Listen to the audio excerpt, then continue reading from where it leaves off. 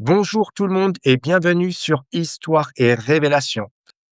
Ancien député belge, figure politique aussi médiatisée que controversée, Laurent Louis, un personnage qui n'a jamais laissé indifférent. Élu en 2010 à la Chambre des représentants de Belgique, il se fait rapidement remarquer par ses prises de position explosives, ses dénonciations du système politique et ses accusations visant certaines élites. Passé par le Parti populaire avant d'être exclu, il poursuit ensuite son parcours en marge des formations politiques traditionnelles, multipliant les déclarations qui lui valent autant de soutien passionné que de critiques virulentes.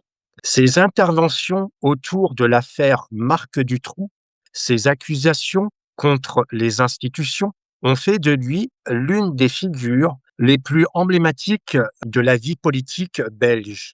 Dans cet entretien, nous allons revenir avec lui sur son parcours, ses ruptures avec le système, les controverses qui ont jalonné sa carrière, les accusations dont il a fait l'objet, mais aussi sur sa vision du monde aujourd'hui et sur ce qu'il retient avec le recul de ces années de tumulte politique et médiatique.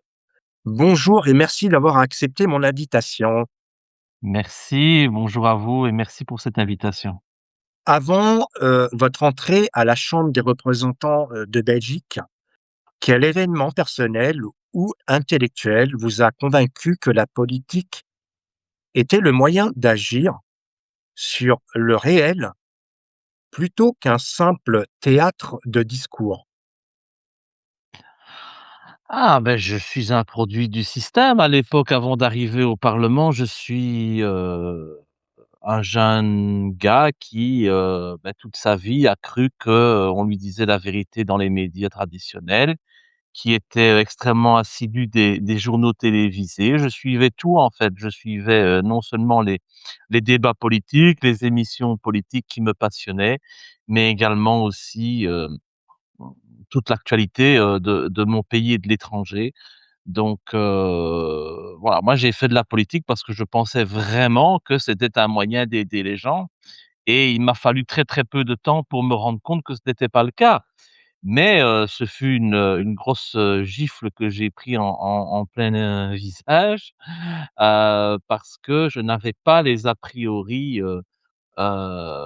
que j'ai aujourd'hui et aujourd'hui j'ai vu la réalité de ce monde, j'ai compris, mais c'est pour ça que je peux comprendre les gens qui sont encore aujourd'hui dans un état d'hypnose, médiatique, politique, parce que, voilà, on grandit depuis tout petit dans cette fable comme quoi nous vivons en démocratie, que nos dirigeants travaillent dur pour, heu, trouver des solutions pour que la population vive bien.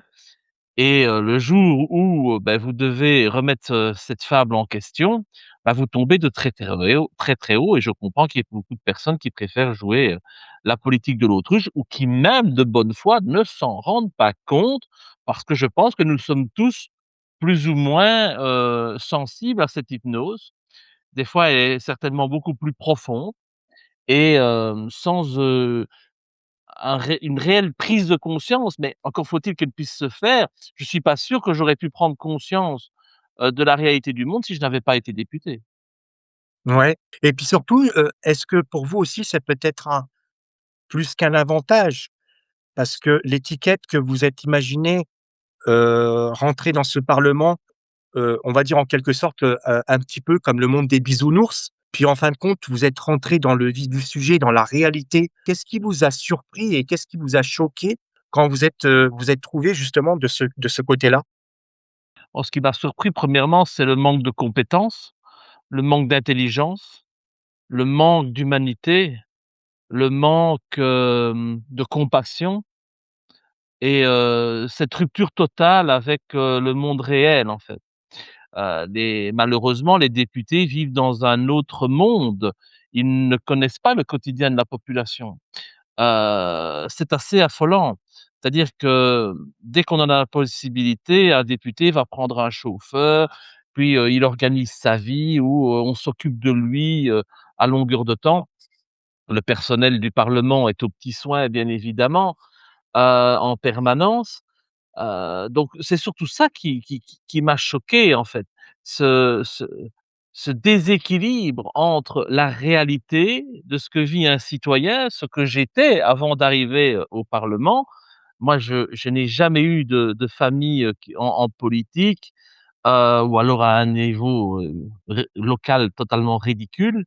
Mais donc moi je viens là comme un simple citoyen à qui on a dit que ces gens, c'était l'élite de la nation.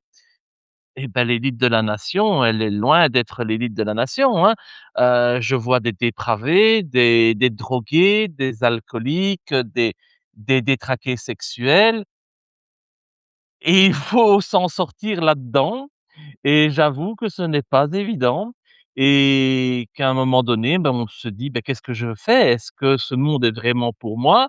J'essaie de trouver ma place, et ma place, je l'ai trouvée en dénonçant la réalité du monde politique. Ouais. Moi, je me rappelle des prises de parole où vous avez vraiment dénoncé, en l'occurrence ici sur l'affaire, Dutroux. Quelle a été la réaction des députés quand vous avez commencé à dénoncer? Et puis, qu'est-ce qu'on vous a dit? Premièrement, il y avait à chaque fois que je prenais la parole les insultes, mais qui venaient toujours du même camp, c'est du camp socialiste. Je n'ai jamais eu d'insultes des autres camps, heu, mais sinon c'était les regards des approbateurs en permanence, quand je traversais les couloirs pour aller à mon bureau, quand j'allais à la cantine, quand j'allais, à la buvette du parlement. Enfin, en permanence, en fait. Ce sont ces regards de travers où on vous prend pour un fou, où on vous prend pour, un pestiféré, tout simplement. Mais bon, par chance, je n'ai pas été au parlement pour me faire des amis. J'ai été au parlement, premièrement, c'était pour essayer, d'œuvrer, pour mes concitoyens. Puis quand j'ai vu dans quoi j'étais tombé, bah, je me suis dit: «Mon objectif, c'est de faire comprendre à la population ce qu'est la réalité, du monde politique», et donc mon but n'était pas de faire des amis en politique.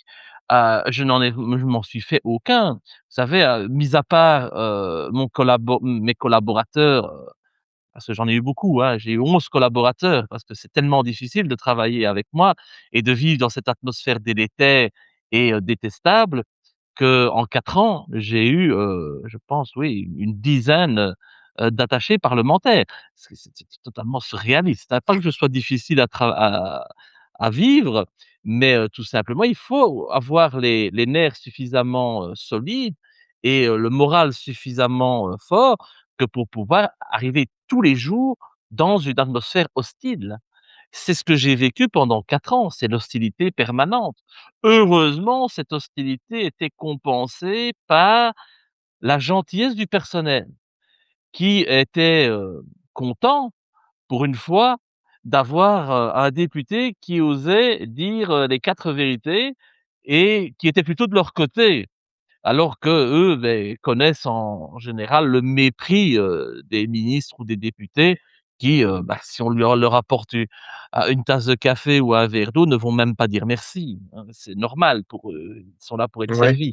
Voilà, donc j'avais plutôt de bonnes relations avec eux, avec tout le personnel.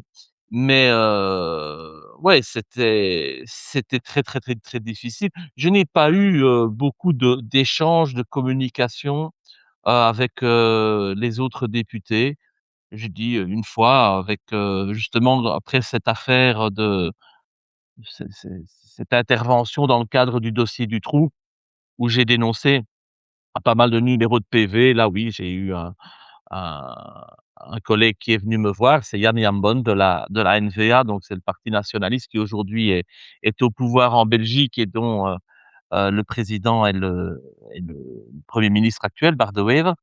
Et Yann Yambon, qui est aujourd'hui ministre, m'a dit: «Bah, oui, mais on n'était pas au courant de ce genre de choses. On ne pensait pas qu'il y avait autant de PV, autant de documents à l'encontre, d'Elio Di Rupo». Il m'a dit: «Écoutez, en tout cas, nous, on va en tenir compte et on essaiera, en tout cas, de ne plus jamais travailler avec ce monsieur». Bah, jusqu'à présent, ils ont tenu promesse. C'est déjà ça. Oui. C'est déjà ça. Si mes interventions ont pu permettre à ce que Elio Di Rupo ne soit plus Premier ministre et que le parti socialiste soit, rejeté dans l'opposition, bah, je suis déjà content.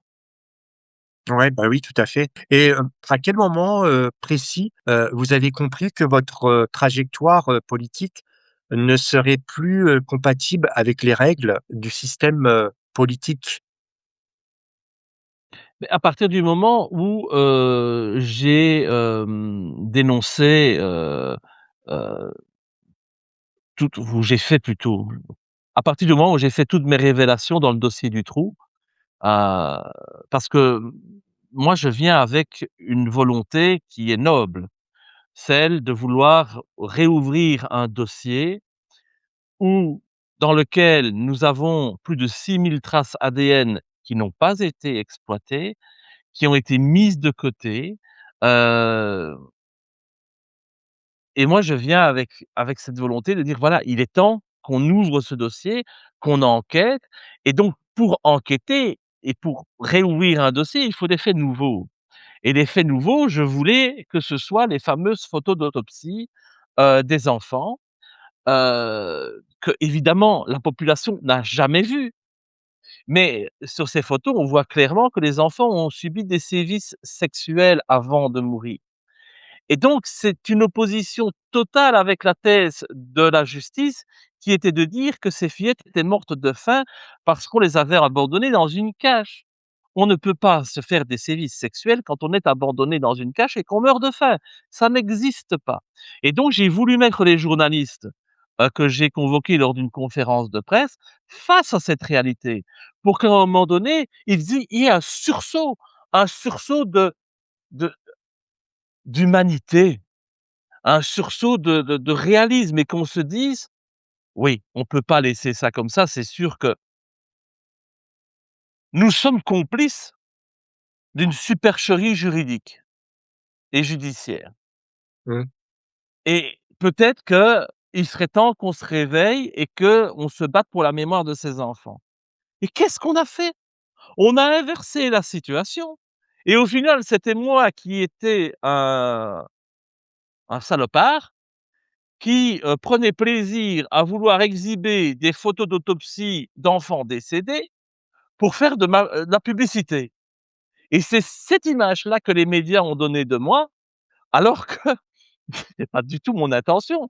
Mon intention, c'était moi qui ai suivi ce dossier Dutroux depuis toujours, depuis que je suis adolescent, je l'ai suivi de très, très près et mon objectif, c'était de si j'arrivais un jour au parlement, au moins pouvoir reparler de ce dossier pour qu'on puisse faire toute la lumière et j'étais le salopard et puis on m'a mis les parents sur le dos, en les poussant à déposer plainte contre moi. Plaintes qui n'ont jamais abouti à rien du tout, bien entendu. Mais ça détruit évidemment la démarche du, député qui se propose d'être le chevalier blanc et qui intervient en disant: «Je vais faire en sorte de faire tout mon possible pour réouvrir ce dossier» et qu'est-ce qui se passe? Les médias me traitent comme une crapule, les, politiciens, en font un scandale pour noyer le poisson, bien évidemment et les parents m'attaquent en justice. Bah, c'est foutu évidemment. Mais c'est grave, parce que nous avions là une chance extraordinaire. Si la population m'avait soutenu en 2012, nous aurions pu faire réouvrir ce dossier et on aurait pu forcer l'analyse des traces ADN.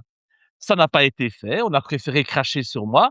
Ah bah, aujourd'hui, ce dossier, il a été totalement enterré et il est clair aujourd'hui que ces traces ADN ont été, détruites. Donc voilà, je pense que dans la vie, on a parfois des opportunités et il faut pouvoir saisir la chance quand elle, se présente. Il y a eu la possibilité de faire toute la lumière sur ce dossier du trou parce que j'avais une position importante en tant que député et j'aurais pu, pendant encore 2 années qui me restaient en tant que député, pousser, intervenir, forcer les choses parce que j'avais une visibilité médiatique importante. On aurait pu y arriver finalement. Eh bien, tout ça, est tombé à l'eau. Mais vous savez quand, on veut, quand quelqu'un dérange, il faut le salir. Je constate aujourd'hui et on va faire un parallèle, si vous me laissez 2 minutes par rapport à ça. Je voudrais Allez-y. faire un parallèle par rapport à 2 humoristes parce qu'on nous parle beaucoup de Coluche et la dissidence aime beaucoup, parler de Coluche. On parle beaucoup de son décès, accident ou assassinat. Mais on a aujourd'hui quand même aussi 2 humoristes, en France qui, subissent, des choses particulièrement désagréables. Dieudonné, n'en parlons plus parce que Dieudonné, c'est connu depuis maintenant une vingtaine d'années. Tout le monde sait la situation de Dieudonné, incapable de, pouvoir, exercer sa profession, normalement. Mais on va encore dire, on peut le comprendre, il s'attaque au sionisme. Le sionisme, c'est très, très compliqué à combattre et les amalgames ont été faits volontairement depuis longtemps entre l'antisionisme et l'antisémitisme pour faire en sorte qu'on ne puisse plus parler de ce sujet, histoire de laisser Israël mener, ses génocides, sans aucune réprobation. Mais il y a aussi quelqu'un à qui on ne peut pas, opposer, de tels combats, c'est Patrick Sébastien. Quand on voit aujourd'hui ce qui arrive à Patrick Sébastien et cette campagne de désinformation et de ouais, cette campagne de destruction, publique, par rapport à cette histoire de cette femme qui est montée sur scène pour simuler une fellation et aujourd'hui on le traîne dans la boue par rapport à ça, je trouve ça scandaleux. Mais ce n'est pas anodin. Patrick Sébastien a décidé de s'intéresser à la politique. Patrick Sébastien a décidé de mettre les pieds dans le plat et ce que je constate, c'est qu'à partir du moment où que l'on soit citoyen, que l'on soit chanteur, que l'on soit humoriste, à partir du moment où on ose entrer dans la scène médiatique et politique, eh bien, il faut à chaque fois vous salir ces personnes, les détruire pour qu'on ne les écoute pas. Parce que le monde politique aime rester entre eux et tous ceux qui peuvent le déranger, empêcher, les petites magouilles entre amis, eh bien, il faut, les détruire, médiatiquement parlant et c'est affolant, surtout quand nous vivons dans des pays qui se prétendent être des démocraties. Je suis entièrement d'accord. En plus, quand vous avez abordé aussi l'affaire Dutroux, moi j'avais reçu, le gendarme, qui a fait partie de cette affaire et on l'a, accusé à tort lui aussi. Aujourd'hui, où en est cette situation justement sur cette affaire Dutroux? Parce qu'il y en a beaucoup qui veulent que cette affaire, soit réouverte. On en est où actuellement? Oh bah, ça vous pouvez rêver, hein, c'est terminé l'affaire Dutroux, hein. Elle ne sera jamais réouverte, hein. Nous sommes aujourd'hui en 2026, l'affaire Dutroux, c'est 96-96, c'est terminé, hein. C'est bien beau d on peut toujours en parler, mais on peut en parler aujourd'hui comme un fiasco, judiciaire, mais un fiasco populaire également. Parce que, tout l'engouement, toute la révolte populaire qui a eu lieu, en Belgique lors de la marche blanche, bah, tout ça n'a finalement servi à rien et la révolte du peuple a été, totalement, mise sous couvercle par la famille royale belge. Tout Ouais, simplement, qui a tout fait pour calmer la population, pour éviter que la cocotte n'explose et on a endormi le peuple, justement, en disant: «On va juger Marc Dutroux, puis après on va juger le dossier bis, ne vous inquiétez pas». Sauf qu'on n'a jamais jugé le dossier bis et que c'était le dossier bis qui pouvait faire exploser la Belgique avec les protections, et la mise en lumière des réseaux, pédocriminels. ouais, c'est clair. Beaucoup d'hommes politiques affirment vouloir changer, le système, mais très peu rompre réellement avec lui. Qu'est-ce qui, selon vous, fait qu'un élu franchit cette ligne? Bah, moi je veux pas faire changer le système, je veux exploser le système. C'est Donc beaucoup mieux. c'est beaucoup mieux. Moi, je veux tout faire péter. Donc changer le système, on ne change pas le système. Je pense que c'est illusoire de croire qu'on puisse changer le système. Le système, il existe, il est là. S'il n'y a pas à un moment donné une révolution, que ce soit une révolution des consciences ou une révolution, populaire, le système va rester tel qu'il est. C'est la même chose de ceux qui disent qu'ils veulent changer l'Europe. On ne change pas l'Europe. L'Union européenne, c'est une construction américaine qui a été mise en place après la Seconde Guerre mondiale pour justement, permettre aux États-Unis d'avoir la mainmise sur l'Union européenne. Il suffit de voir, vous aimez l'histoire, regardons les premiers drapeaux des États-Unis d'Amérique et regardons le drapeau, européen. On est dans quelque chose qui est assez, semblable avec les étoiles, qui forment un cercle. On est dans la même logique. Donc changer l'Europe, on ne peut pas changer l'Europe. Il faut quitter l'Union européenne pour retrouver une souveraineté nationale et peut-être après recréer des accords entre pays souverains.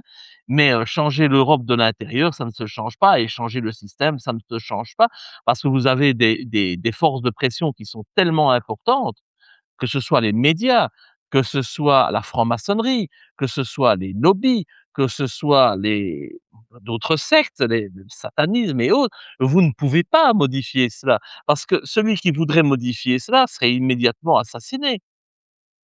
Donc, Ouais, soit vous essayez de proposer un autre système, comme je le fais avec Révolution, qui est de dire: «On peut supprimer l'ensemble des partis politiques, on peut supprimer les politiciens de carrière, et instaurer une véritable démocratie participative où chaque citoyen peut voter, proposer, amender des lois à partir de son téléphone, sur un smartphone, une application toute simple, y compris nommer, révoquer, les ministres, du gouvernement. Là, c'est une solution pour échapper évidemment à toutes, ces organisations, ces lobbies qui ont une mainmise sur le pouvoir en place. C'est clair qu'il est possible de corrompre tout un parlement ou tout un gouvernement. Il est beaucoup plus difficile de corrompre toute une société, à condition d'avoir nettoyé les médias, d'avoir oui, nettoyé la presse.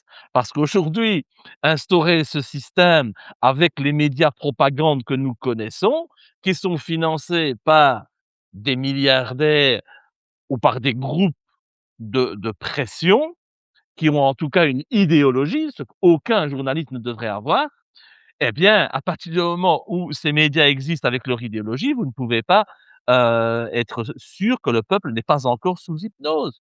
Donc la révolution que je propose, c'est une révolution politique, une révolution médiatique et une révolution au niveau de l'enseignement.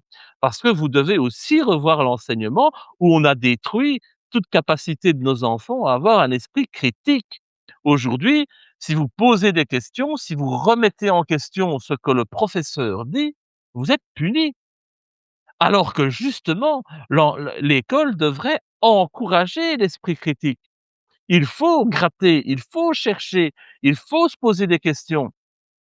Mais à partir du moment où on a commencé avec une loi comme la loi Guessot, où, on vous dit: «Tel pan de l'histoire, vous ne pouvez plus la commenter, vous ne pouvez plus faire de recherche dessus, vous ne pouvez pas l'analyser», qu'est-ce que vous voulez? C'est la porte ouverte, en fait, à la fin de tout esprit critique. On Heureusement pour les historiens qu'il n'y a pas ce genre de loi pour tous les sujets historiques, parce que sinon l'historien n'aurait plus rien à faire, hein.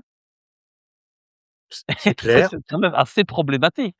Donc bon, heureusement, ça s'est limité à la Shoah et à la Seconde Guerre mondiale, mais si on s'en va là-dedans et qu'on commence à faire ça pour tous les sujets, ça devient difficile. Mais ils le font déjà maintenant avec, tout ce qui concerne le Moyen-Orient. Maintenant, dès qu'on critique Israël, de toute façon, on est antisémite et peut-être bien aussi négationniste du coup. Donc Ouais. c'est assez, inquiétant ce genre de dérive. Mais, ce qui est intéressant, ce que vous venez de dire, moi, ce que j'ai pu, constater, et je pense que vous allez peut-être aussi me suivre par rapport, au Moyen-Orient, mais pas que, mais aussi du côté de la Russie.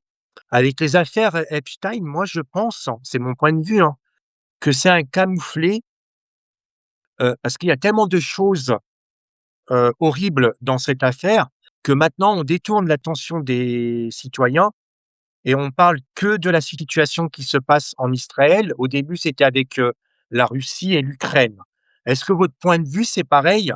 Est-ce que vous avez pu, constater ce même effet, par rapport à ça? On peut même dire qu'il est même fortement probable que le président des États-Unis ait agi dans ce but-là, en décidant de bombarder, l'Iran. Il y a beaucoup de bon, évidemment, ça reste que des théories aujourd'hui, mais il faut essayer de comprendre. Qu'est-ce qui pousse quelqu'un, à agir, comme il agit? J'ai beaucoup apprécié, Donald Trump lors de son premier mandat. Tout n'était pas parfait, mais on avait une amélioration par Oui, rapport, aux politiques des autres présidents va-t-en-guerre. Ici, autant dire c'est une catastrophe. Mais si on l'analyse sous, 2 angles, premièrement, la volonté de rendre sa gloire à l'Amérique, et il le fait bien, puisque, avec les actions au Venezuela et en Iran, le but, c'est de piquer évidemment le pétrole. Pas évidemment bien sûr, ce que j'entendais encore, sur, Complorama là de Mendès France là, hem, comme quoi, oui, les États-Unis vont pas, nationaliser, le pétrole, au Venezuela, en Iran. Évidemment que non, ils ne vont pas le nationaliser, ils vont pas mettre leur drapeau dessus. Mais ce sont leurs sociétés qui vont l'extraire et qui vont en profiter. C'est exactement la même chose, même si, ce sont des sociétés indépendantes de l'État américain. Ne prenons pas les gens pour des abrutis, comme le font les médias traditionnels. Donc, premièrement, le Venezuela, l'Iran prendre le pétrole et deuxièmement, on parlait beaucoup de l'implication de Donald Trump dans les dossiers Epstein. Tout porte à croire qu'il soit, mouillé dans ce dossier, à mon sens, parce qu'il a le profil. Il a la profession qui allait avec aussi à l'époque dans les années 80-90. On l'a souvent vu avec des jeunes femmes. Donc voilà, ce ne serait pas étonnant, hein, je pense que voilà, on sait bien que Donald Trump n'est pas un prêtre. Donc je pense aussi qu'on fait pression sur lui pour mener ce genre d'opération. Heu, ça semble plus ou moins cohérent. Mais en attendant, oui, évidemment, on étouffe, l'affaire Epstein. Mais je vais vous dire, hein, en Belgique, on ne peut même pas parler d'étouffement de l'affaire Epstein, c'est qu'on n'en parle pas. On n'en parle pas ouais, du tout, en fait. En fait, c'est une omerta, totale sur, le dossier Epstein. Vous en parlez beaucoup plus en France, en Belgique, c'est des petits articles de rien du tout et évidemment personne ne parle, de réseaux ou de liens ou quoi que ce soit, alors que nous avons des membres de la famille royale qui sont quand même cités dans ce dossier. Mais que voulez-vous? La famille royale est très puissante en Belgique, hein. S'attaquer à la famille royale, c'est grave. ouais, Le dernier député qui a osé lors d'une prestation de serment du roi, crier, «Vive la République», on l'a assassiné. On n'attaque pas la personne du roi, on n'humilie pas le roi. Donc forcément, il y a de grandes chances qu'on ne parle jamais de cette affaire Epstein, alors qu'il y a des liens. Il y a certainement énormément de liens parce que Bruxelles est cité énormément de fois, oui, mais il y a aussi quand même la personne dont j'ai parlé, tout à l'heure, Elio Di Rupo, l'ancien premier ministre, qui a des enfin voilà, qui a été cité dans de nombreux, dossiers, de pédopornographie, qui quand même avait des liens très importants avec quelqu'un comme Jack Lang.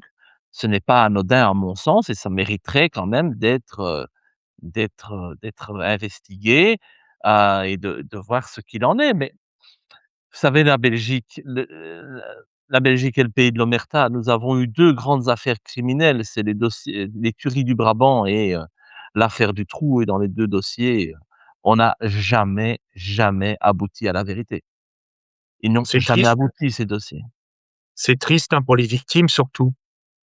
C'est triste pour les victimes, oui, c'est vrai, c'est exact. C'est triste pour le mais c'est aussi triste pour l'honneur du pays Ouais, pour les parce familles que, aussi, on se dit qu'on vit dans un pays où malheureusement c'est le mal qui qui prédomine. dominent. Et c'est très, très grave, mais comment voudriez-vous que ça puisse bien se passer quand vous voyez la réalité? Dire la famille royale en Belgique, le roi actuel, c'est celui qui a été le plus souvent présent à Davos, par exemple. Chaque année, il y est. C'est pas anodin.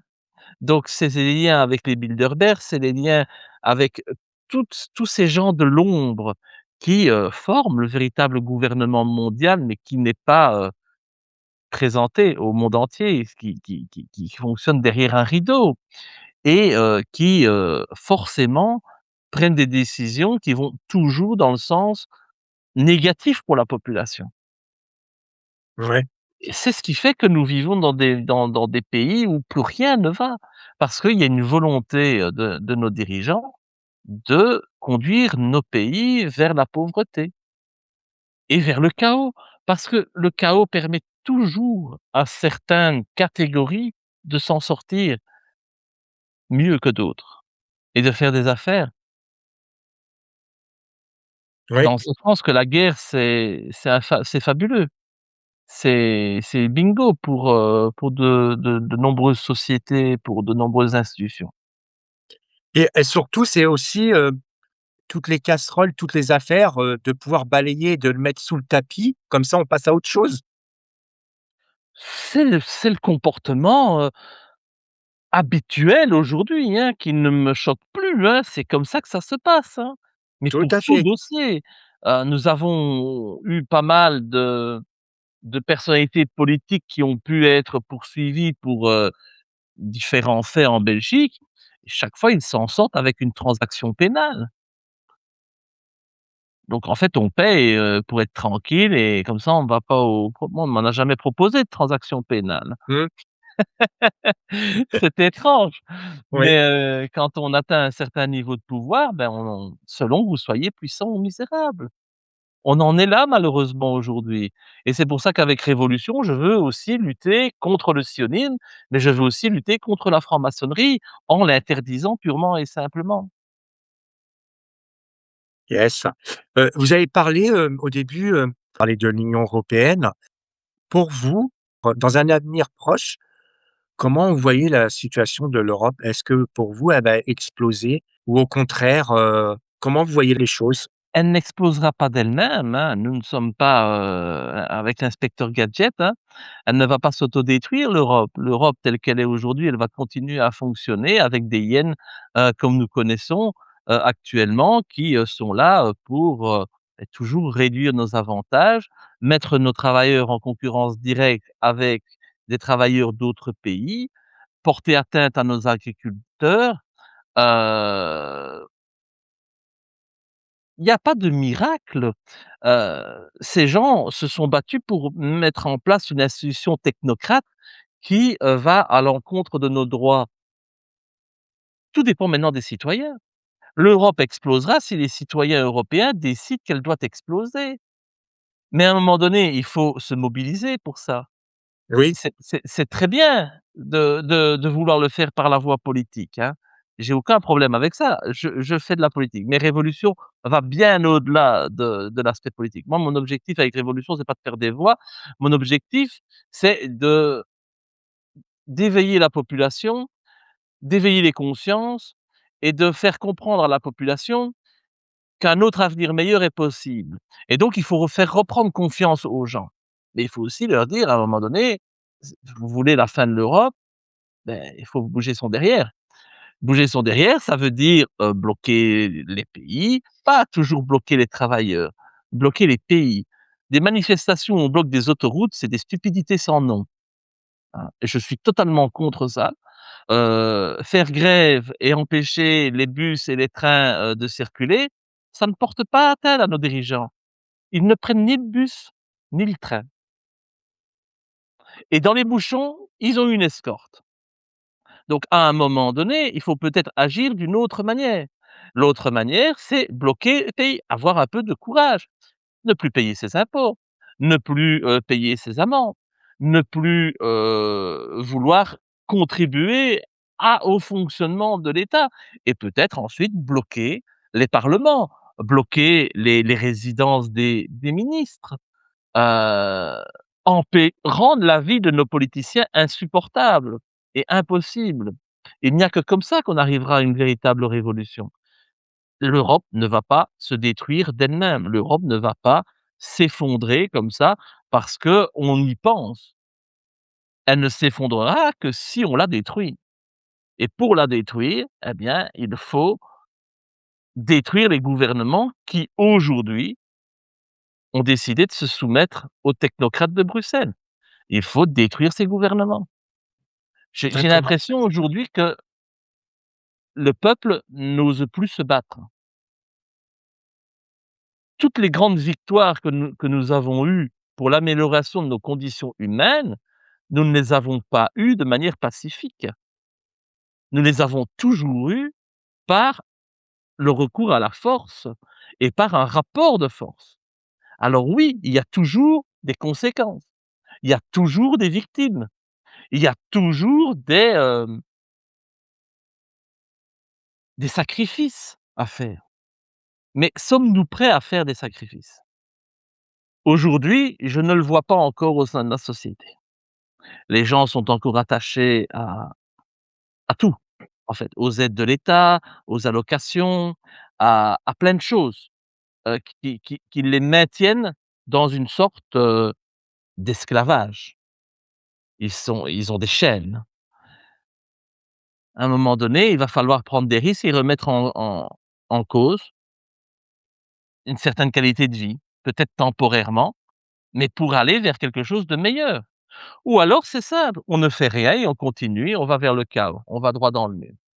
Mais en tout cas, dites-vous bien que vous n'allez pas avoir en face de vous des responsables politiques qui vont être compréhensifs et qui vont dire: «Oui, oui, on a entendu le ras-le-bol de la population.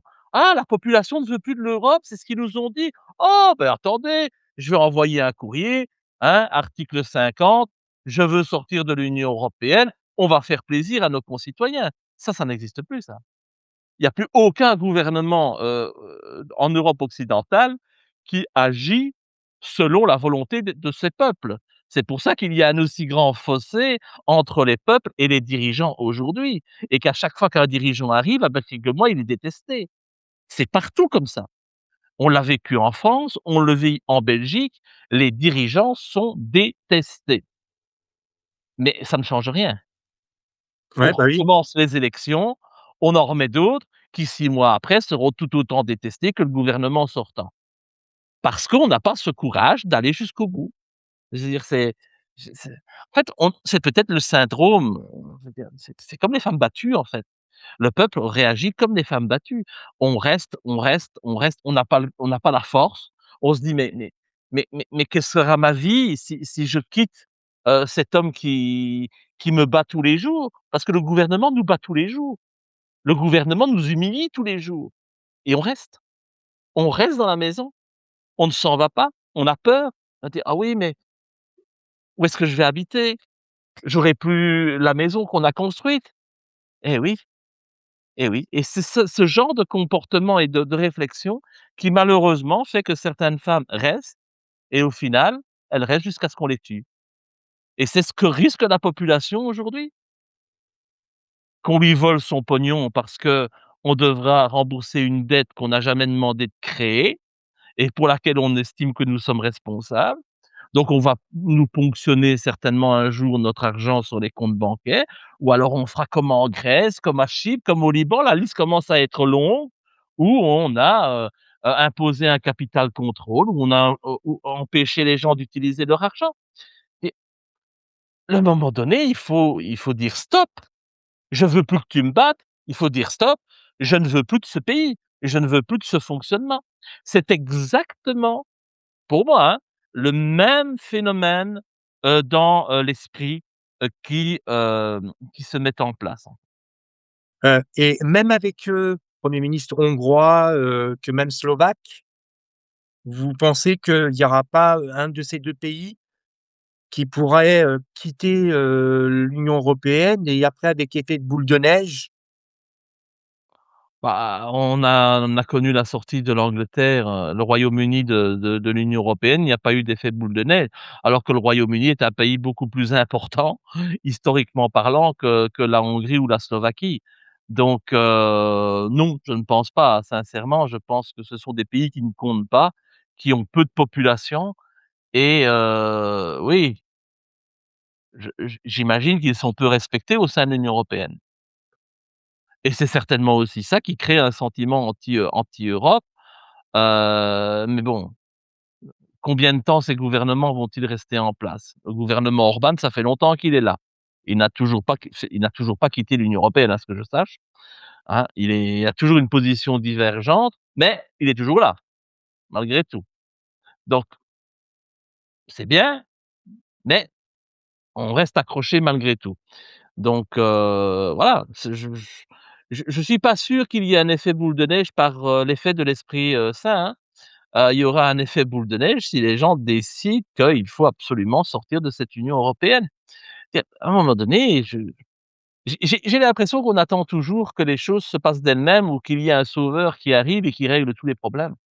Ça Oui, n'a jamais été comme ça. C'est-à-dire, c'est pas Laurent Louis qui va régler tous les problèmes tout seul. Parce que vous savez, il suffit de me mettre une balle dans la tête et Laurent Louis n'existe plus. Donc, il faut justement que ce soit le peuple qui constitue cette force de changement. Si on se base sur un leader, le leader, il va, oui, il peut mettre une impulsion, OK, mais il est très facile de l'éliminer, ce leader.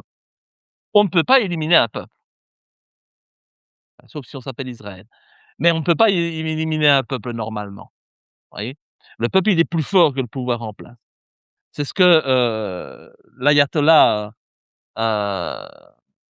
Khamenei disait justement dans une des vidéos que j'ai, retrouvées et que j'ai publiées. Il disait, c'était un échange qu'il avait eu avec, Mandela, en Iran.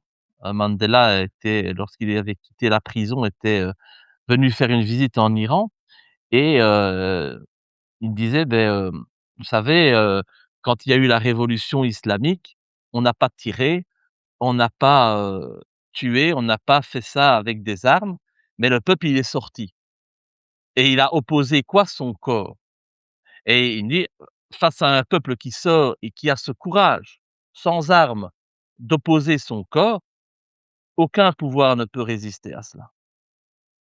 Et c'est exactement la même chose qui s'est passée en Afrique du Sud quand Nelson Mandela est rentré et c'est grâce à ça que l'apartheid est tombé et a été supprimé.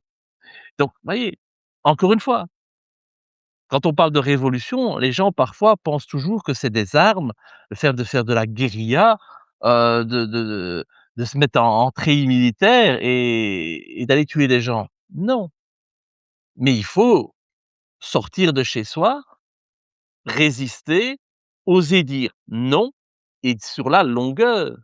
Des manifestations qui commencent le matin à 8 heures pour se terminer l'après-midi à 14 heures par un grand barbecue, c'est pas ça qui va faire changer le monde, hein. Il faut arrêter avec ça et malheureusement, toutes les organisations syndicales font exactement la même chose et c'est la foire au boudin, quoi. mmh, Eh ben, c'est pas la foire au boudin qui va sauver le monde. on est bien d'accord. Ça, Hem, c'est clair. quand ça, c'est clair, hein.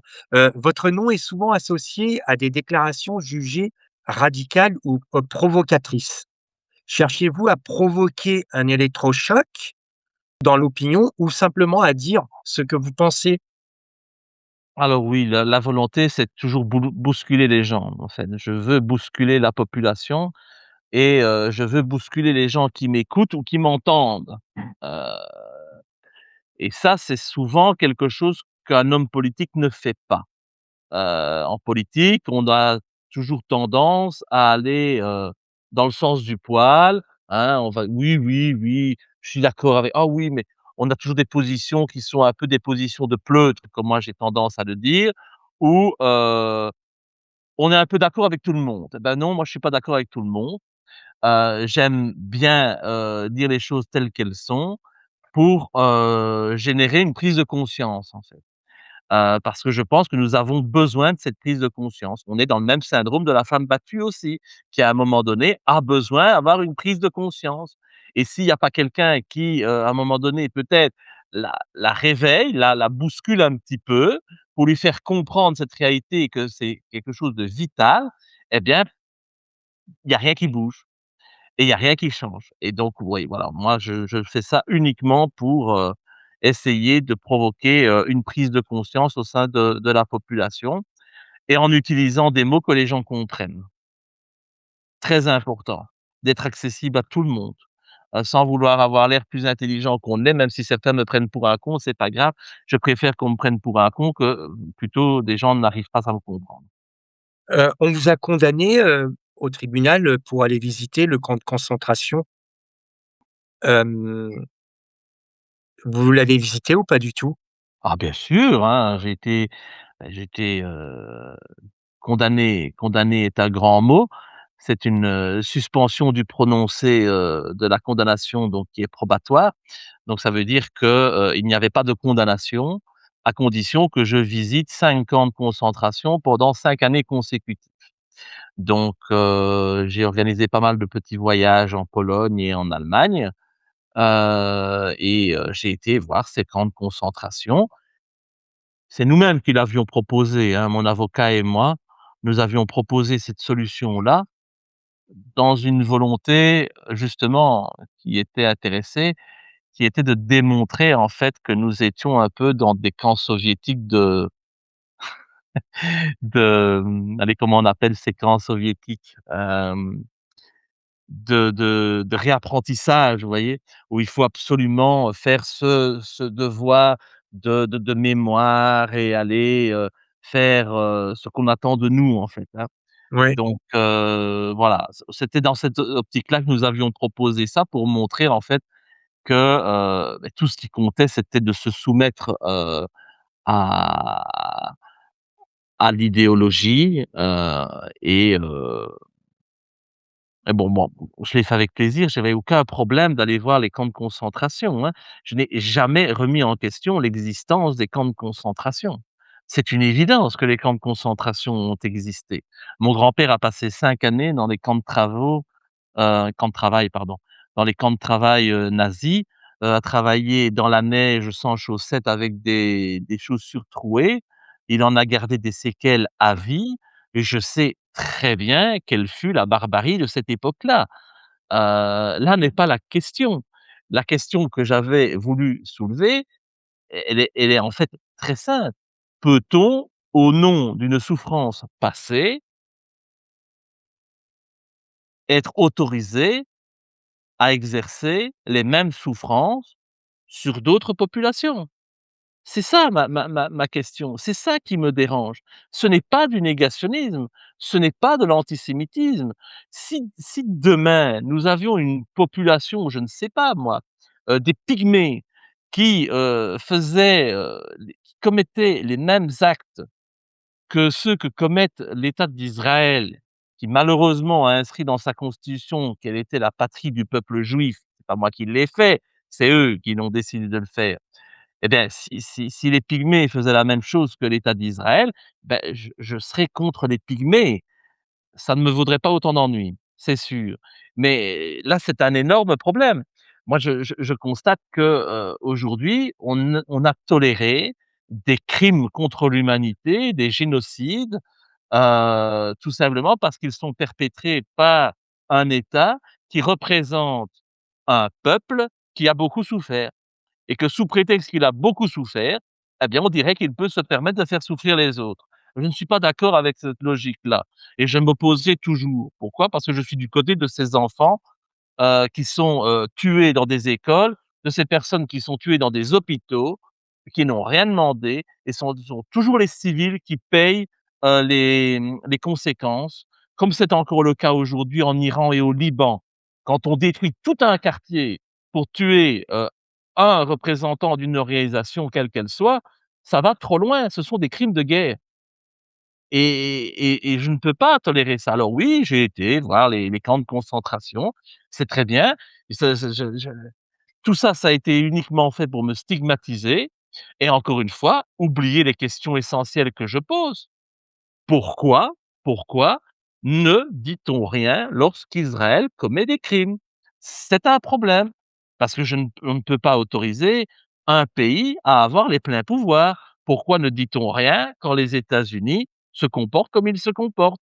Pourquoi n'a-t-on rien dit quand ils ont utilisé la bombe atomique contre des populations civiles et non pas militaires? Et en attendant, ces pays sont nos alliés et en étant alliés avec le mal, beh, ça fait de nous des complices du mal. tout à fait.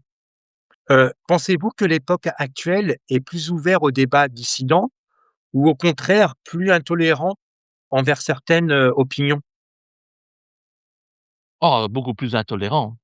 Je pense que le débat dissident et la parole dissidente s'exprime parce qu'il y a un ras-le-bol, mais on en paye les conséquences. On n'en payait peut-être pas autant les conséquences auparavant, on avait plus de personnes engagées, quoique elles ont aussi été assassinées, mais le discours pouvait quand même s'exprimer. Aujourd'hui, on n'ose plus. Pour prendre le cas de Blanche Gardin, ce qu'elle vit est intolérable. C'est une comédienne et une humoriste qui a énormément de talent. Elle a été, mais vraiment jetée comme une malpropre, tout simplement parce qu'elle a osé prendre encore une fois, position, toujours pour la même question et c'est ça qui est problématique à un moment donné, c'est que vous vous appeliez Dieudonné, Laurent Louis ou Blanche Gardin, dès qu'on commence à critiquer une situation en Palestine, on est antisémite et donc on est exclu de tout. C'est plus possible. Les personnes qui aujourd'hui osent s'engager dans la dissidence et critiquer, que ce soit les médias, que ce soit le sionisme, que ce soit la franc-maçonnerie, il y en a peu, mais non, eh bien, ils sont éjectés de tout. On les transforme en citoyens de seconde zone qui n'ont plus accès à un compte bancaire, qui ne peuvent plus travailler convenablement, qui, sont salis dans les médias de manière totalement atroce et qui sont donc tués socialement et professionnellement. Donc non, la répression, elle est énorme. Prenons le cas de Dieudonné, c'est la même chose. En 2014, Dieudonné était l'ennemi numéro un du gouvernement Valls, mais il pouvait encore faire des spectacles dans des salles. Aujourd'hui, Dieudonné, dès qu'il va quelque part, il y a un arrêté, d'un préfet qui l'empêche préventivement de pouvoir faire son spectacle. Depuis quand peut-on empêcher quelqu'un de travailler? Sous prétexte que les idées qu'il a dérangent. Ce n'est pas la démocratie, ça, c'est de la dictature. Oui, C'est de la dictature, tout simplement et donc c'est très difficile aujourd'hui d'être dissident. Moi, si je le suis, je le continue à l'être, c'est tout simplement parce que, de toute façon, je ne sais rien faire d'autre, puisqu'on m'a empêché de faire quoi que ce soit d'autre professionnellement parlant. Donc voilà, dire quitte à être emmerdé en permanence, quand, je suis tout seul dans mon petit bureau et que j'essaye de me mettre à l'écart, de la vie publique, et ce pendant 10 ans, si c'est quand même pour être emmerdé et avoir des perquisitions, autant, mener un mouvement, déranger le système et alors avoir des perquisitions dans ce cadre-là, mais au moins savoir qu'elles sont faites pour des raisons politiques et c'est beaucoup plus agréable, je peux vous le dire, autant voilà, pour crever, autant crever debout, hein. bah oui. Voilà. Les réseaux sociaux, ont-ils permis une plus grande liberté d'expression ou, ont-ils simplement déplacé, les formes de censure? Je pense qu'avant les réseaux sociaux, les gens parlaient quand même entre eux, hein. Je pense qu'il y avait, peut-être plus facilité d'avoir un débat dans un café, sans en subir des conséquences. Tandis qu'aujourd'hui, les réseaux sociaux, c'est le contrôle. On nous donne l'illusion de la liberté. Mais sur Facebook, sur les réseaux sociaux, on n'est propriétaire de rien, hein. On n'est pas propriétaire de ce que l'on écrit, on n'est pas propriétaire de ce que l'on publie, on n'est pas propriétaire des photos que l'on poste. Par contre, les réseaux sociaux évidemment, eux, utilisent nos données pour les vendre à des sociétés pour des publicités. C'est eux qui récoltent les milliards et nous, on récolte quelques likes. Et encore, quand on récolte pas des likes, on récolte des procès, pour avoir, dit, certaines choses dans un débat qui peut toujours déraper à un moment donné. Ça peut arriver. Il faut pas oublier qu'il y a aujourd'hui des trolls, du gouvernement, d'institutions ou de partis politiques qui sont là aussi pour vous rendre la vie impossible sur les réseaux sociaux et vous pousser à l'erreur, hein. Ça, c'est un grand classique, hein. Hein, vous allez parler, de ce qui se passe en Iran, vous allez toujours avoir un troll qui va arriver et qui va essayer, de défendre Israël et de vous pousser à bout pour que vous puissiez à un moment donné publier une chose qui est déplacée, mais qui peut se comprendre dans le cadre d'un débat un peu houleux où, tout le monde ne gère pas ses nerfs, vous allez dire une saloperie et on va évidemment utiliser cette saloperie contre vous par la suite. C'est un magnifique système de contrôle de la population. Alors on s'en sert parce qu'on n'a pas d'autre choix aujourd'hui pour toucher les gens, hein. J'ai beau aller, il y a plus de quartier, il y a plus de café dans les quartiers, il y en a Oui, plus. Donc sur la place du village, il y a plus de café. Donc comment on fait pour toucher les gens? Ben, on est bien obligé d'aller par les réseaux sociaux, donc on le Bah fait. oui, Mais on sait très bien que tout ça n'est pas anodin et que, c'est fait uniquement pour nous contrôler. C'est plus difficile d'écouter toutes les discussions qui ont lieu dans les cafés que d'écouter, tout ce que ou de lire, d'analyser tout ce qu'on écrit sur les réseaux sociaux. Donc c'est un magnifique outil de contrôle des peuples. ouais, tout à fait. Qu'avez-vous appris sur la nature humaine en observant de près les mécanismes du pouvoir? Ah, sur la nature humaine par rapport aux dirigeants alors? Oui, Bah, c'est surtout cette capacité de faire le mal et d'inverser les valeurs. Faire le mal et pouvoir se présenter comme étant quelqu'un de bien. Ça, c'est l'hypocrisie, qui est, quand même assez, phénoménale au sein des dirigeants. Aussi cette capacité à croire leurs propres mensonges au final, et de prendre pour eux cette grande fable, qui a été, écrite et qui est, transmise dès l'enfance, comme quoi nous vivons dans une fabuleuse démocratie. Donc c'est vraiment ça, cette hypocrisie, cette fourberie, cet égocentrisme, heu, où ils doivent tout le temps être présents dans les médias tous les jours en permanence. Et par rapport à la population, ça m'a aussi appris que malheureusement les gens ont plus facile de détourner l'attention que de voir la réalité en face. ouais, c'est ça. Hem, quel rôle, jouent selon vous, les médias dans la construction ou la destruction des figures politiques?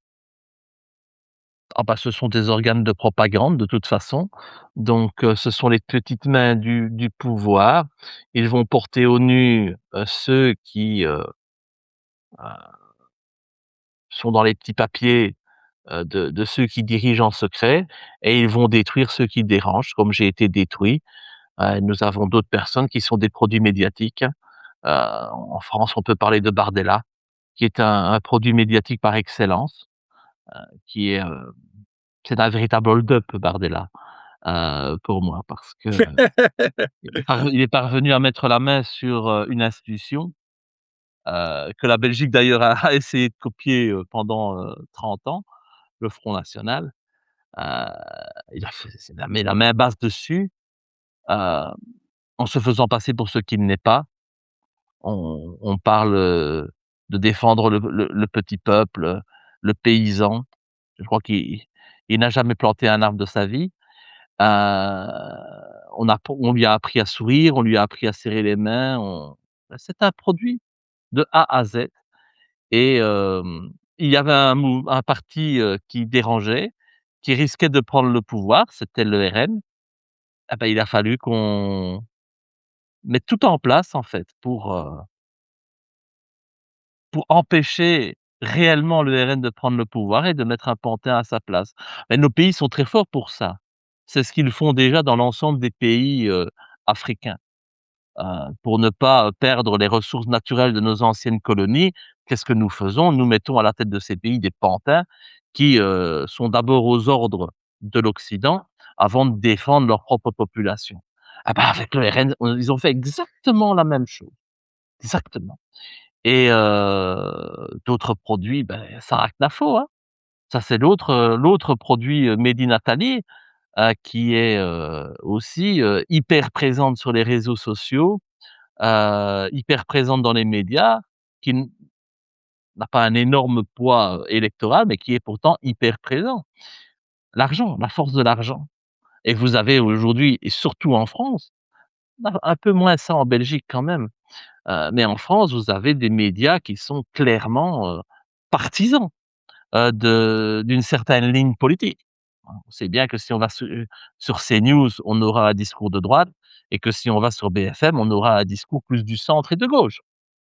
Bon, c'est un peu comme ça malheureusement, mais donc les médias sont là pour orienter totalement l'opinion publique, heu et détruire les personnalités qui dérangent de manière très aisée, comme ils le font, actuellement avec Patrick Sébastien dont j'ai parlé tout à l'heure, Mmh, qui, était, une des personnalités préférées des Français.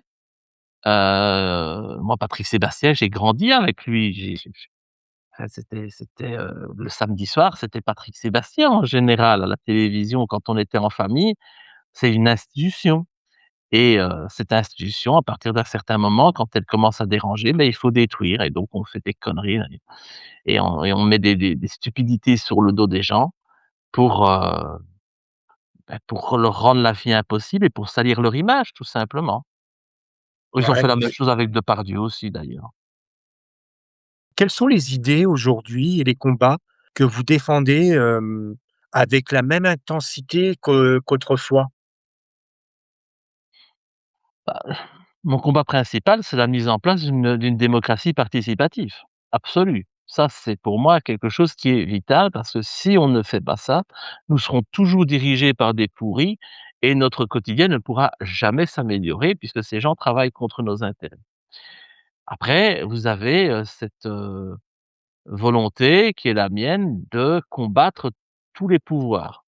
Le pouvoir, surtout les pouvoirs de l'ombre. Donc, la franc-maçonnerie, pour moi, combattre la franc-maçonnerie, c'est une priorité. Combattre l'industrie pharmaceutique, qui, nous vend du mensonge, c'est aussi une priorité. Heu, c'est très compliqué, et c'est un lobby qui est très puissant. Vous avez quand vous commencez à critiquer le lobby, les vaccins sur les réseaux sociaux, vous avez énormément de trolls qui apparaissent, c'est pas pour rien. Donc mais c'est terrible. Moi, je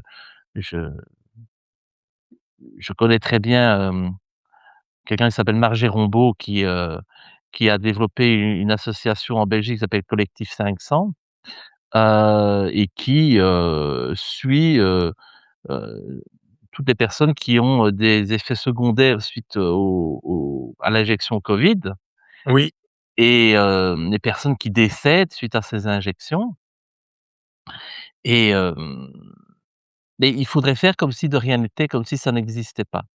Tout comme ces enfants qui meurent, après avoir, reçu leur vaccin, quelques jours après la naissance. Il y en a beaucoup, il y en a beaucoup qui sont handicapés à vie et on n'en parle jamais parce que, tout simplement, il y a les intérêts économiques, hein.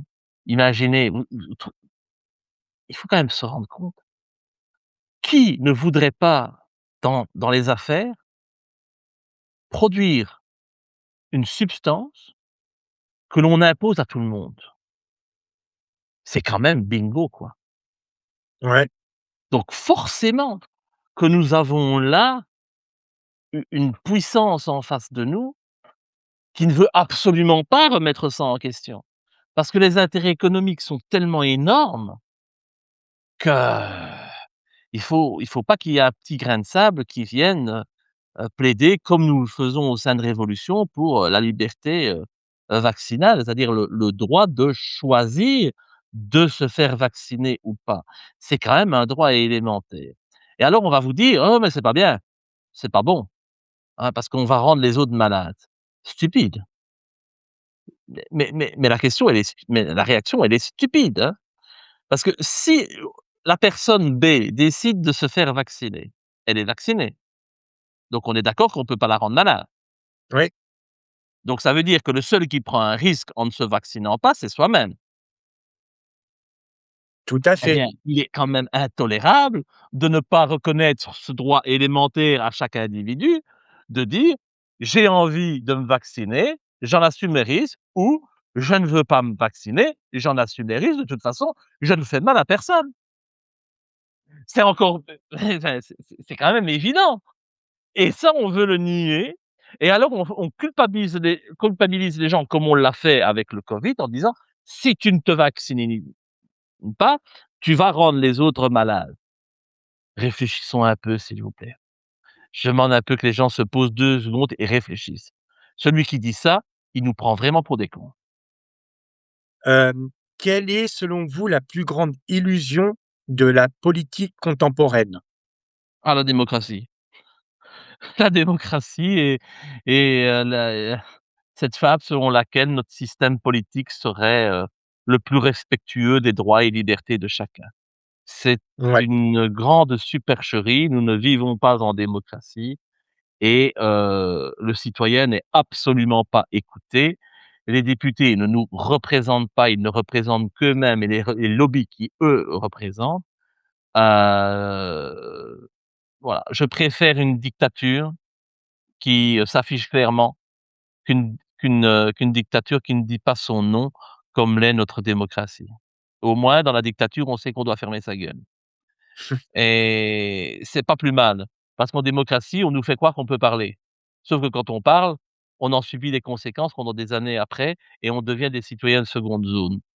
Donc c'est pas très correct en fait, cette ouais. réalité-là. Alors, avant de terminer, j'ai encore 2 dernières questions. Qu'est-ce qui vous inquiète le plus pour l'avenir, de nos sociétés européennes? La haine envers les musulmans, c'est quelque chose qui m'inquiète énormément. C'est-à-dire que j'ai l'impression que les musulmans en 2026 sont devenus les juifs, des années 30. C'est-à-dire qu'aujourd'hui, au nom de la laïcisation de la société qui a été imposée par la franc-maçonnerie, on a, voulu effacer, toute, notre histoire, toute notre culture chrétienne. On veut remplacer, nos sapins de Noël, on veut les supprimer, on veut supprimer les croix. On a fait la chasse aux croix dans toutes les administrations. On a, voulu, lisser tout le monde en disant: «Non, non, hein, quand on travaille dans la fonction publique, il faut être neutre. Cachez-moi cette croix, cachez-moi votre foi». La foi, c'est une maladie honteuse, hein, aujourd'hui. On veut comme en Belgique, on a changé tout le nom les noms de nos vacances. On ne dit plus les vacances de Noël, on ne dit plus les vacances de Pâques. Tout ça n'existe plus. C'est l'hiver, c'est le printemps, enfin bon, c'est des conneries, mais on met tout ça sur le dos des musulmans, alors que les musulmans ne sont demandeurs de rien. En plus, heu, nous vivons aussi dans des pays où nous avons ouvert les vannes de l'immigration, à tort ou à raison, peu importe, mais nous n'avons jamais intégré personne. Et à force de ne jamais intégrer personne, nous avons créé des ghettos et des communautés qui vivent en vase clos et ça aussi, ça crée la peur. Il y a beaucoup aujourd'hui de Belges qui ne savent pas ce qu'est un musulman et quand on ne sait pas ce qu'est un musulman, on en a peur parce que l'ignorance, elle crée la peur et je vois aujourd'hui parce qu'au sein de Révolution, nous avons, notre secrétaire général qui porte le voile et je la défends à 300 parce que c'est une femme, très intelligente qui est née ici de parents européens et qui s'est convertie à l'islam.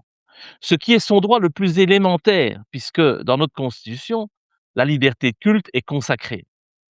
Donc à partir du moment où la liberté de culte est consacrée, n'importe qui peut décider d'opter pour telle ou telle religion. Et on ne doit pas, sous prétexte de ce choix, dire: «Retourne dans ton pays», ce qui, dans le cas de notre secrétaire général, est totalement stupide, puisque son pays, c'est ici. Mais à chaque fois qu'on publie une photo sur laquelle elle apparaît, j'ai un flot de messages haineux sur les réseaux sociaux et qui sont extrêmement vindicatifs par rapport à l'islam. Il faut chasser les musulmans, il faut leur interdire de pratiquer leur culte. Il faut, on en est presque à créer des camps et les exterminer comme on l'a fait par le passé avec les juifs. On en est là, hein, Mmh, je vous le certifie, hein. On en est là. Il y a une telle haine pourquoi? Parce qu'on voit qu'il y a des injustices. Il y a certaines catégories de la population, il y a des immigrés qui ont plus de droits que les Belges de souche. C'est vrai, c'est vrai, c'est vrai. On arrive, on donne un logement social, on octroie auprès des allocations familiales, ils ont plus d'enfants, bref, ça crée un sentiment d'injustice et en plus, de l'autre côté, on leur dit: «Ah oui, mais on ne peut plus dire les congés de Noël parce que ça va pas plaire aux musulmans». Comme on l'a fait cette année-ci sur la Grand Place de Bruxelles, on ne met plus de visage aux personnages de la crèche parce que ça ne va pas. Ça gêne une certaine catégorie, ça gêne les musulmans, en fait, hein, parce qu'on ne veut pas avoir de représentation de ci, de là, et tout ça est faux. Les musulmans ne sont pas demandeurs de ça. Mais c'est une manipulation de la franc-maçonnerie qui a imposé cette laïcisation de la société, qui implique une perte de nos valeurs morales et qui a pour but de diviser la population. Parce que plus une population est divisée, moins elle peut s'unir contre le pouvoir en place. Et donc en faisant venir des gens de l'extérieur, en ne les intégrant pas et en faisant croire que ces gens imposent un changement qui va à l'encontre de nos cultures, vous créez la haine de l'autre. Et cette haine de l'autre, un jour, peux vous certifier que je la vois augmenter de manière effrayante sur les réseaux sociaux et que nous ne sommes pas loin un jour d'avoir un crime raciste de ce genre dans nos pays. Des musulmans vont être pris pour cible et vont payer les conséquences de cette manipulation franc-maçonne pour diviser la population. On en est là malheureusement, aujourd'hui. C'est moi, ça m'inquiète beaucoup, hein, de voir cette réalité, et c'est pour ça que moi je veux œuvrer à faire des personnes issues de l'immigration ou des personnes qui ont la foi, et qui sont musulmanes, des patriotes. Parce que c'est la seule manière de résoudre ce problème. Ce n'est pas en les laissant dans des ghettos que ça va arranger les choses. Ce n'est pas en créant des petits Maghreb au sein de nos capitales que ça va créer, là, une solution. Il faut absolument unir les personnes qui aiment notre pays, qui aussi unir les personnes qui ont la foi pour lutter contre cette laïcisation et cette perte de valeurs morales. Parce que si nos pays étaient dirigés avec les valeurs morales, nos pays se porteraient beaucoup mieux, la population serait bien plus heureuse, et donc il faut que ces personnes se ressentent patriotes. C'est mon objectif et c'est pour ça qu'on dit de moi que je suis souvent pro-islam, ce qui est totalement faux. Mais quand je pose la question, «Qu'est-ce qu'on fait des musulmans qui sont là?» Et là, il y a personne qui ose me répondre. Je sais ce qu'ils pensent, mais ils ne l'écrivent pas. Mais peut-être qu'un jour ils l'écriront et peut-être qu'ils le mettront en œuvre. Eh bien moi, je suis quelqu'un de pragmatique, hein. Je pense que, la situation elle est ce qu'elle est. Nous vivons dans des pays, que ce soit la France ou la Belgique, où il y a un fort pourcentage de la population qui est de confession musulmane. C'est une réalité. Ouais, Il faut travailler avec. Il faut que ces gens deviennent des patriotes. Il faut travailler main dans la main, il faut s'unir pour justement causer des problèmes au pouvoir en place et prendre le pouvoir. Il n'en reste pas moins que nos pays doivent rester des pays de valeurs et de culture chrétienne. Et personne, je peux vous dire personne au sein des musulmans que je côtoie ne veut instaurer la charia ici ou ne veut faire de la Belgique ou de la France un pays islamique. C'est c'est un faux, mensonge. c'est un mensonge, c'est ridicule d'ailleurs, et même dans leurs livres, ça n'existe pas, hein. Heu, non, c'est pas comme ça que ça se passe. Il y a une terre, il y a, une terre d'islam. L'Europe n'est pas une terre d'islam, mais ce n'est pas pour autant qu'on doit leur interdire de pratiquer cette religion, qui peut être pratiquée par n'importe qui, heu et hem et voilà. Donc moi, je veux vraiment œuvrer à cela, et c'est souvent, difficile. Parce qu'il y a aussi une chose, c'est que je vois beaucoup de Belges ou de Français qui se révoltent par rapport aux musulmans en disant: «Il faut protéger notre culture». Sauf qu'ils ne la ils ne la vivent même pas. Qui vit encore la culture chrétienne aujourd'hui?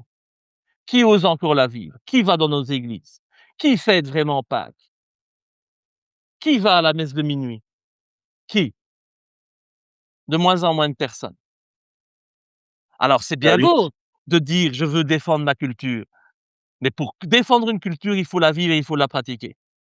Et ça aussi, c'est quelque chose que je veux remettre, sur le devant de la table en Belgique avec Révolution. On ne doit pas avoir peur d'être croyant. On ne doit pas se cacher d'être croyant. On a une culture. Auparavant, nos arrière-grands-parents allaient à la messe, ils allaient à l'église, ils pratiquaient leur culture chrétienne. Aujourd'hui, nos églises se transforment en bibliothèque ou en restaurant ou en hôtel de luxe, quand on ne les rase pas, parce qu'elles sont délabrées et qu'on ne veut plus les entretenir. Il faut assumer ça aussi. Donc à un moment donné, moi j'ai encore une fois, ça c'est un discours qui doit bousculer les gens. Leur faire prendre conscience de cette réalité et de la stupidité de ceux qui osent dire: «Il faut défendre ma culture», mais qui ne la pratiquent pas. Si cette interview devait laisser une seule question, dans l'esprit du public, quelle serait celle que vous aimeriez que chacun se pose sur notre société? Êtes-vous heureux? Je pense que c'est important. Il y a personne qui parle de bonheur. Nos politiques aujourd'hui, nous parlent de chiffres, nous parlent de mesures, nous parlent, de réglementation, d'interdits, de législation, de directives. Personne ne parle de bonheur. Pourtant, c'est l'élément central dans la vie d'un homme, d'une femme, c'est est-ce qu'on est heureux? Et qu'est-ce qui fait que nous pouvons être heureux? Est-ce que la situation et la vie d'aujourd'hui nous rend heureux? On se lève, on vite, on s'occupe des enfants quand on en a, on n'a presque pas le temps de les regarder et puis il faut partir travailler, on se retrouve dans des bouchons, on perd du temps, on écoute des conneries à la radio et puis on s'en va travailler. Tous les jours la même chose pour, un salaire qui n'est certainement pas à la hauteur de tout le temps que cela nous prend et ce salaire, on le consacre à quoi? À payer des factures, à payer des impôts, à payer, payer, payer, toujours payer. On rentre chez soi, il est 18 heures, il fait noir, il est tard, on n'a pas eu le temps de s'occuper de nos enfants qui ont peut-être ou peut-être pas fait leurs leçons, parce que maintenant il y a même presque plus de leçons dans certaines écoles, en Belgique en tout cas et on fait vite à manger, mais comme on n'a pas le temps, on prend un plat préparé qui est rempli de saloperies, fait par l'industrie agroalimentaire, qui vont à la suite nous créer un cancer ou des maladies pour toute notre vie et puis on va dormir et puis on continue et puis peut-être qu'il faut prendre un somnifère pour dormir, pour oublier ses problèmes et puis le lendemain on se réveille, on recommence la même chose. Est-ce que c'est ça le bonheur? Chacun doit se poser cette question-là. On nous parle de liberté de la femme. Est-ce vraiment la liberté de la femme que nous connaissons aujourd'hui? Quand on nous dit, oui, il faut libérer les femmes iraniennes. Les libérer de quoi? Les libérer de quoi? Elles travaillent, le voile. Ah, le voile. Encore une fois, encore des débilités sans importance. Heu, En fait, on veut toujours imposer notre mode de fonctionnement partout. On veut l'imposer, déjà, on le vit chez nous, mais on veut l'imposer en Afrique, on veut l'imposer au Moyen-Orient, on veut l'imposer partout, en fait. Est-ce que c'est ça le bonheur? Non. Est-ce qu'on est plus content aujourd'hui? On nous a en fait, à chaque fois qu'on restreint nos libertés, j'ai l'impression que nos dirigeants nous disent: «C'est la liberté». Plus on restreint notre liberté, plus c'est de la liberté. La liberté des femmes, c'est d'aller travailler. OK, très bien. Si celles qui sont contentes avec ça, c'est très, très bien. Mais qu'est-ce que ça a créé comme problème? Au niveau de l'éducation des enfants, au niveau de la qualité de vie des femmes. Est-ce ça la liberté? De devoir aller travailler et d'être un esclave finalement? Moi, c'est toujours des questions que je laisse ouvertes. Chacun y répond à sa manière.